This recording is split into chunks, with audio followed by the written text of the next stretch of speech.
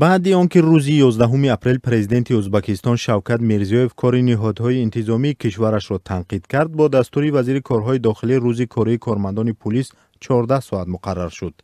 дар ин бора манбаъҳое дар ниҳодҳои умури дохилӣ хабар доданд. чанде аз кормандони ниҳодҳои умури дохилии ӯзбекистон мегӯянд акнун на то соати 9 шом балки то 11 шаб кор мекунанд, зеро баъд аз эътирози президент аз шеваи кори милиса чунин фармон шудааст. бар пояи қонунҳои ӯзбекистон ҳафтаи корӣ набояд аз 40 соат бештар бошад. соати корӣ барои онҳое ки 6 рӯзи ҳафта кор мекунанд набояд аз 7 ва агар 5 рӯз кор мекунанд аз 8 соат бештар бошад.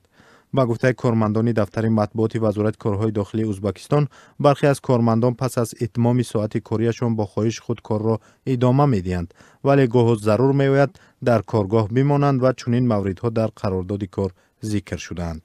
вале онҳо афзуданд ба ҳеҷ кас дастур нашудааст ки то соати 11 шаб кор кунад.